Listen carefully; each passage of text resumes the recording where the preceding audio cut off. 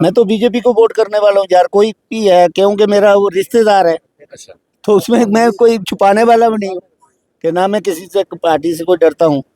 लगभग एक दशक के बाद जो है जम्मू कश्मीर में विधानसभा चुनाव हो रहे हैं, किस तरह का माहौल है? माहौल देखो, कश्मीर में सारी एनसी, जी जम्मू में सारी बीजेपी जी और पुंछ और जोरी में मिक्स। जी जैसी फार्मूला मैं कल से नल से आया हूँ। जी।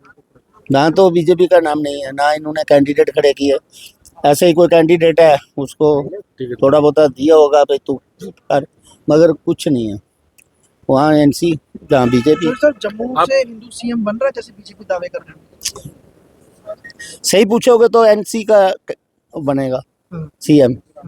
वो कोई छुपा नहीं सकता। शाम को आपको सारी रिपोर्ट आ जाएगी। जी तो सर जो दावे 24 सीटें मेरे को लगता है बीजेपी को मिलेंगी, चौधरी साहब जिस तरह दावे जो मैं अपनी असेसमेंट लगाता हूँ। ये तो बड़े दावे भी करते थे लोकसभा में 400 पार, अब 50 के पार दावे कर रहे हैं। देखो, टाइम होता है, हर आदमी का टाइम होता है। मेरा नाम है, 5 साल 10 साल रहेगा, उसके बाद दूसरा आएगा, उसका भी।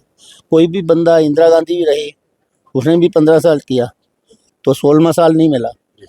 तो क्या होता है, आदमी का कुछ तो कुछ गलतियां होती हैं 15 साल में, तो पब्लिक चेंज करती है।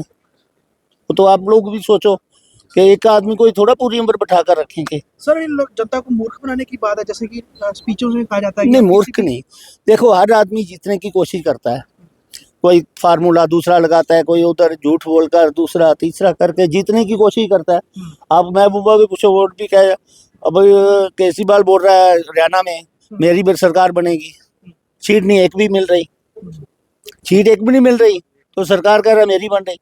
तो इलेक्शन वाले तो सब दावे करेंगे। साहब आप सबसे बड़े बिजनेसमैन हैं और यहाँ कहा जाता है कि बड़े सारे बिजनेस यूनिट्स हैं वो खुलने वाले हैं, आप क्या मानते हैं इसमें कितनी सच्चाई है? अभी तो कुछ भी नहीं है। अभी तो आपको मैं बताऊं, स्टील का दाम 50 रुपये आ गया है।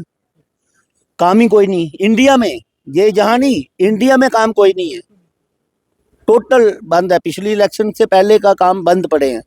अभी 2-4 महीने के बाद पूरे इंडिया में काम आएगा, मगर फिलहाल कुछ नहीं है। सीमेंट वाले मेरे दफ्तर बैठे होते हैं, स्टील वाले दफ्तर बैठे होते हैं कि ऑर्डर दो।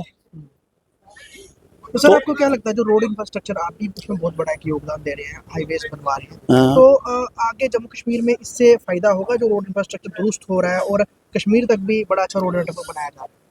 वो रोड जो बना रहे हैं ना, इन्होंने गलत किया है। पहले काम दिया दूसरी कंपनियों को, वो फेल हो गए, लोगों ने बनाने नहीं दिया।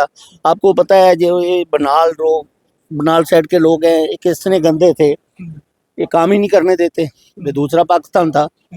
तो फिर जब ये फेल हो गई कंपनियां, उन्होंने चुनकर कोई अच्छा बीजेपी का मिनिस्टर था, उसने पता किया भाई J&K में कौन काम कर सकता है। उनको बताया उन्होंने कि मैं टोल कलेक्शन का भी काम करता हूँ। उन्होंने एक नागर सिंह है जो थोड़ा बहुत वहाँ कर सकता है, तो मुझे बुलाया, मुझे कहा काम करना। मैं सर मैंने कभी किया नहीं, नहीं आपको ही करना है, तो मैंने बना कर दे दिया।